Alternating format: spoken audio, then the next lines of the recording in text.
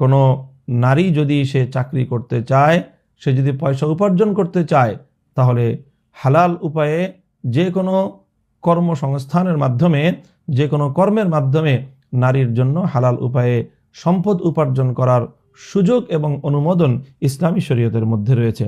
সুতরাং বোন, আপনি যদি আপনার স্বামীকে সন্তুষ্ট রাখার জন্য আপনার শ্বশুরের বাড়ির আত্মীয় স্বজনদের পীড়াপিড়ির কারণে সম্পর্কের অবনতি ঘটার আশঙ্কায় যদি আপনি চাকরি বাকরি করতে চান, কোনো কর্মসংস্থানে সম্পৃক্ত হতে চান, তাহলে সেটির সুযোগ আপনার জন্য রয়েছে। তবে শর্ত হলো যে সেই কর্মসংস্থানে অবশ্যই পর্দার বিধান লঙ্ঘন করে আপনার চাকরি করবার সুযোগ থাকতে হবে।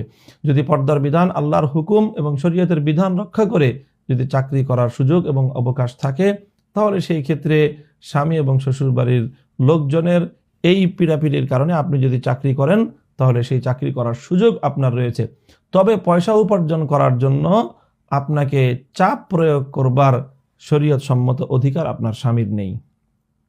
কোনো নারী যদি পরিপূর্ণ পর্দা মেনটেন করে কোনো চাকরি করেন এবং কোনো ব্যবসা পরিচালনা করেন নিজের বাসা বাড়ি থেকে, নিজের অফিস থেকে, সেফ জায়গা থেকে, তার পর্দার কোনো অসুবিধা নেই, তার পার্সোনালিটিতে কোনো অসুবিধা তৈরি হয় না, পর্দার বিধিবিধান মেনে যদি তিনি কোনো চাকরি করেন, সেটা জায়েজ হবে।